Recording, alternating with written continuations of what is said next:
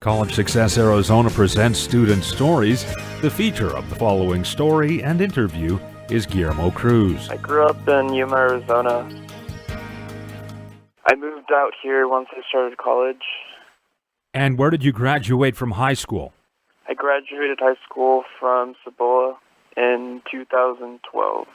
And how old are you currently? I'm 22. What are you doing so far as your college education is concerned? Well, I'm finishing up my last semester at ASU, and after graduating, I intend on going to graduate school to get a degree in computer science, or specialize in computer science. And your undergraduate degree, what will that be in? It's in computer systems engineering. And you're going on to graduate school. Is that going to be immediately following your four-year degree, or are you going to take some time off? No, it's going to be immediate. I don't want to take any breaks. Long term, what do you hope to do as a career? I really like technology, and so right now I have an internship at Intel, and it's a lot of performance, analyzing performance, and I enjoy that a lot. So it's still a little unsure on exactly what I end up wanting to do, but I'm sure I'll find something. But I do know that I want it to be in technology. So you could end up working for an Intel. Could you work for like a Google or a Facebook or an Apple just as well as Intel? I believe so, but I'm more interested in embedded systems so that's why I'm working there. And have you always had an interest in technology, computers, or is that something that developed in college?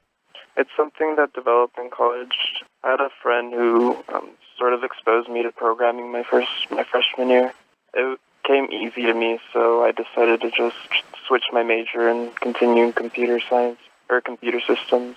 And you're 22 years old, attending ASU, correct? Yes. What was the transition like moving from Yuma, which is a pretty rural area, to Phoenix, which is a huge city? Can you describe that? There's a lot more kinds of people around up here than in Yuma. In Yuma, it seems more... I'm not sure exactly how to explain it, but it is a pretty big difference, but I didn't have trouble transitioning at all. What have been the biggest challenges of college so far?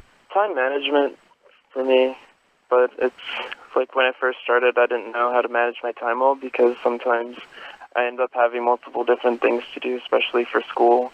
Many different projects for different classes that require a lot of time, and especially not having anyone tell you exactly what it is. So, like, just becoming an independent person was a little difficult for me, but I feel like I have it figured out now. So. And your graduate degree, you'll be studying for your graduate degree at ASU, is that correct?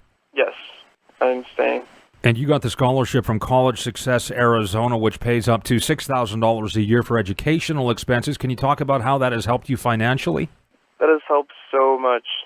It's helped out a lot because that's what, since college is getting a little more expensive, that pretty much covered for half my expenses and made having going to college relatively easier. And I didn't have to worry about money that much. I could just worry about my grades and just my performance overall in learning, which was really nice. And your success advisor, or essentially your mentor provided by College Success Arizona, is Barbara Scrivener. Can you describe how she sort of works with you? So we meet twice every semester, sometimes a little more, because she's always available for me. So that's really nice. So she's pretty much there as a mentor and as a guide for me. Whenever I have any questions or I'm unsure or maybe I'm freaking out about my exam finals or just like trying to balance like life and school.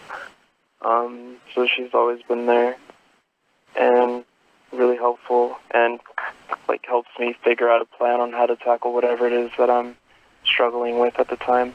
For middle and high school students in Yuma and elsewhere, can you offer some advice? So the main thing is that I really, really recommend, even though it might not seem that GPA and studying for classes might not seem like a big deal right now, I think it really does matter, and especially with like the SAT and ACT preparatory, like those tests actually matter because those kind of dictate exactly how much help you're going to get and exactly what it sets up. And it's not exactly just a grade point average. I feel like it's more shows the work ethic or how much work you're willing to put into something. So that's one thing that I'd really stress on about. Also, I'd also mention that finding something you enjoy, because like if you find something you enjoy, putting in all that work and effort might not seem like that much of a inconvenience at the time. Since you enjoy it, you want to put in that much work because you like it or love it.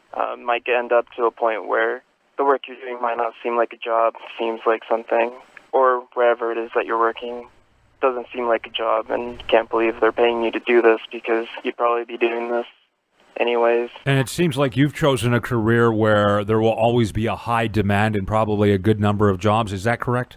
Computers, technology? Yes. Oh, that's something to keep in mind too. Can you talk about the role that your family played in you going to college? Did your mom and dad encourage you?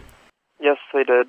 From an early age, they always stressed on the importance of school, and they always were very supportive of me from the start.